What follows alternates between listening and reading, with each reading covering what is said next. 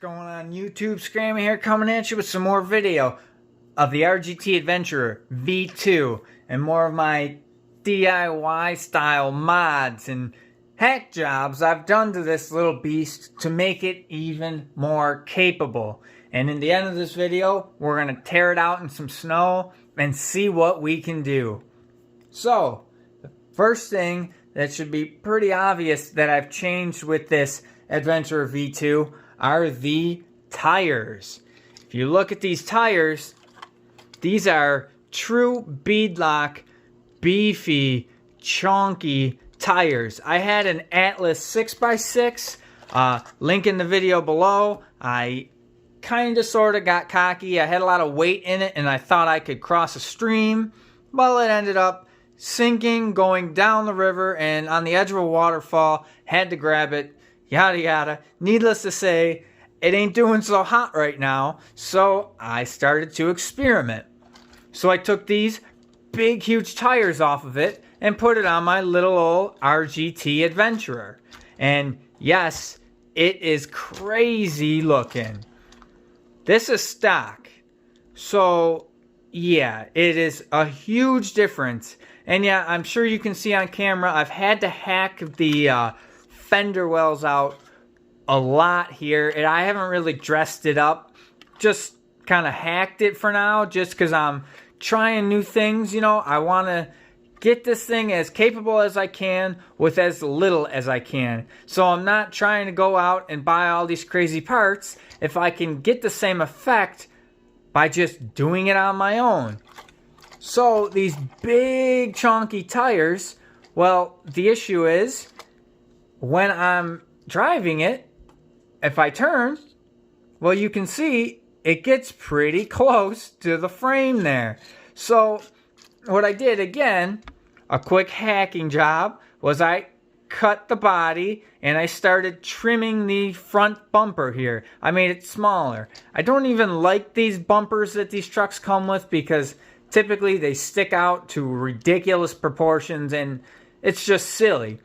If you don't want to cut your bumper, you don't have to. But if you're going to go with a bigger tire, and I went with pretty much the biggest possible you could put on something like this without any crazy modification, you're going to be hacking. So I hacked the bumper off, I hacked the fender wells, and I did a rear bumper delete. I don't know if I had that in my last video, but I took the rear bumper off.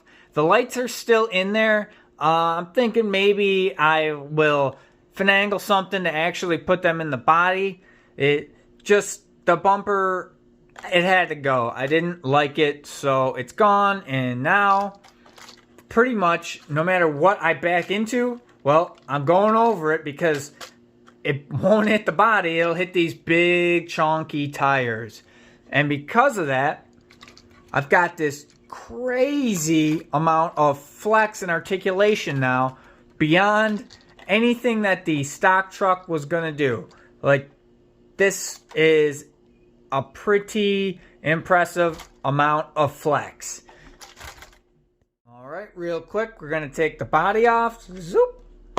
Alright, so I went over in my last video how you could increase the front articulation and suspension travel on your RGT Adventurer V2. And also this applies to like your Enduro, Sendero, oopsie daisies, your Enduro, Senderos, and a lot of other small 24 scale trucks, excluding Axials because their setup is a little different, so they don't really have this problem. But real quick review. So if you look real close here, when your suspension goes up, you've got your steering servo, and it comes down, and it's going to hit. That's just the way it's set up, the way it's built. Unfortunately, that's what happens. Well, if you're handy, I took a spacer like I spoke about in the last video, except this time I replaced it with a brass wheel hub weight because I figured if I'm lifting this, well, I want to get more weight. So I put these brass weights on either side of this servo because I was lifting it. So I don't want to increase my center of gravity, I want to lower it. So I added even more weight to it, and check out this up and down. There's no way stock form were you getting anywhere close to this. And that's beautiful. That amount of articulation, it twists so much that I have a problem where, because these tires are so chonky, I can actually hit the shock tower or the pin that holds the body. That's pretty ridiculous. But again, we talked about that last video, so I'll gloss over it. Now, another thing I did to add weight was having these brass wheel weights. Now, I believe these are like 10 grams a piece, and they fit inside just barely because these are bead locks, but they do fit. And I obviously screwed them on either side to add even more weight to the bottom of this truck. And here is another more DIY style. These I did have to buy, but if you look here real close, you see I have more of these brass wheel hub weights. And now, you may say this is stupid, and that's fine, but if it's stupid and it works, it's not stupid, because I have plans for this. So, if you look real close, you'll notice something interesting. This looks familiar. This kind of looks like this.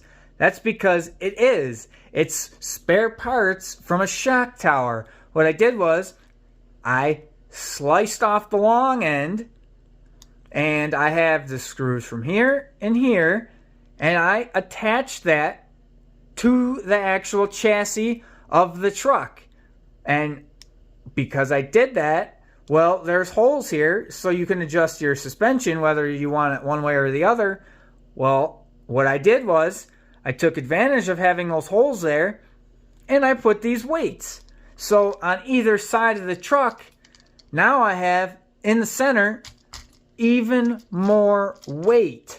And because these kind of have the body posts that come with it, well, you can see the little eyelets here. Now, this is going to help me with some more ideas I have with moving the battery, say, from the rear of the vehicle to somewhere in the middle, and I can use these eyelets here to strap it down. So, in a way, it kind of helps me out with figuring out some more ideas. So, yes, I added even more weight, and sure, it may look goofy, but you don't really see it. And this gives me ideas to where I can move the battery.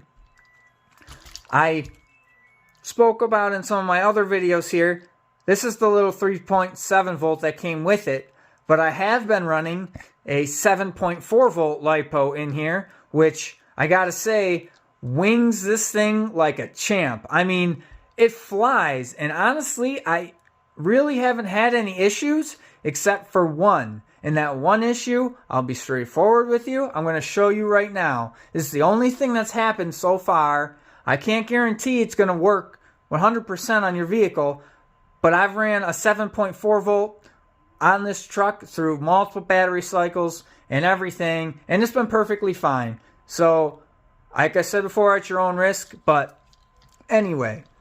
So, these drive shafts here, well, on the stock truck, they're pretty much completely plastic.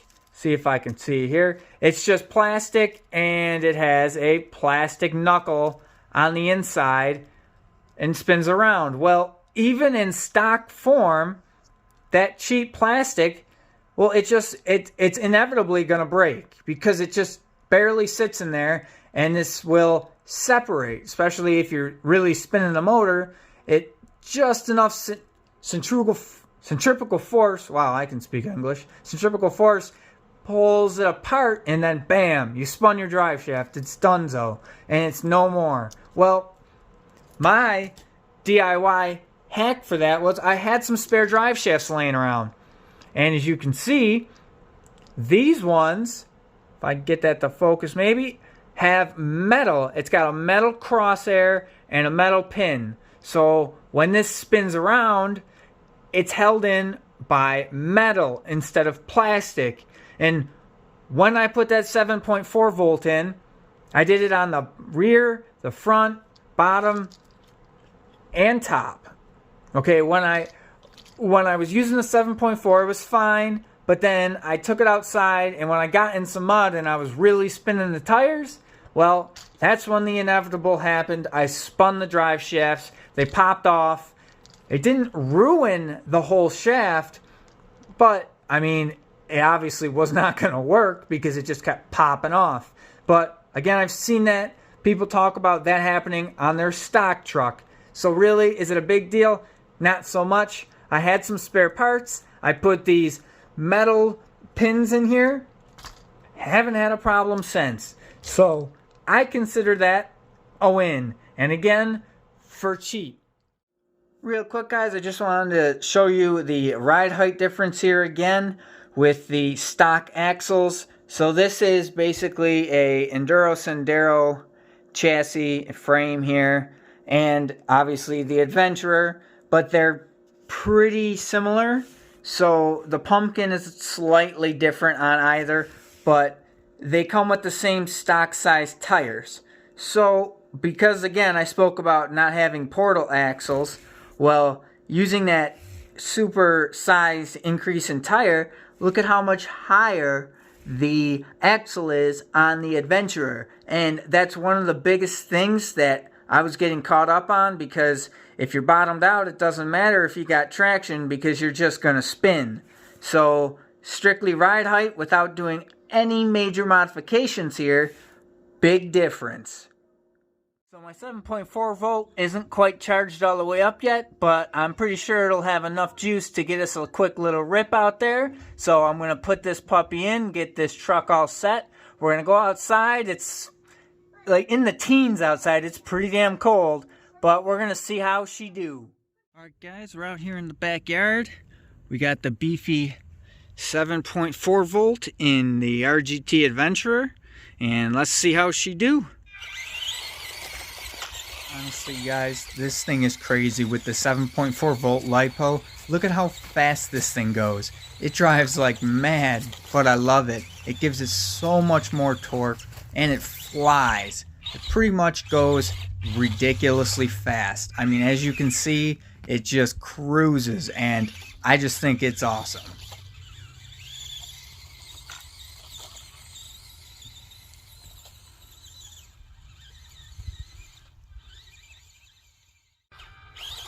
You can hear that little motor winging over, but honestly, it just takes it all day. It's pretty crazy, but it goes and goes.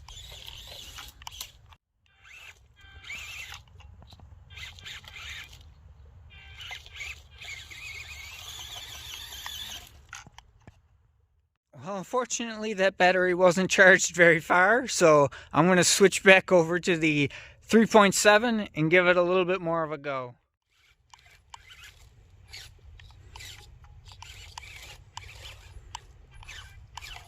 Saved it.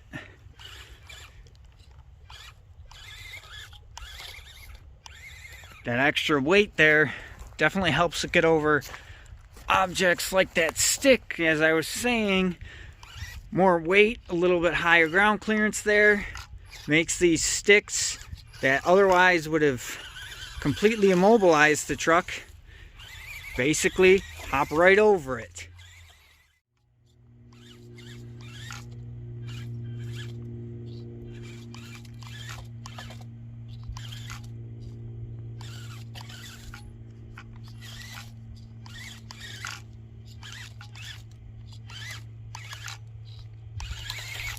And through she goes. The extra weight definitely helps. Well, guys, I hope you enjoyed seeing these little DIY mods and extreme things I've been doing to this little truck. I can't wait to see what I think of next. And I also want to get this big 7.4 volt battery charged up more for a longer run so you guys can see.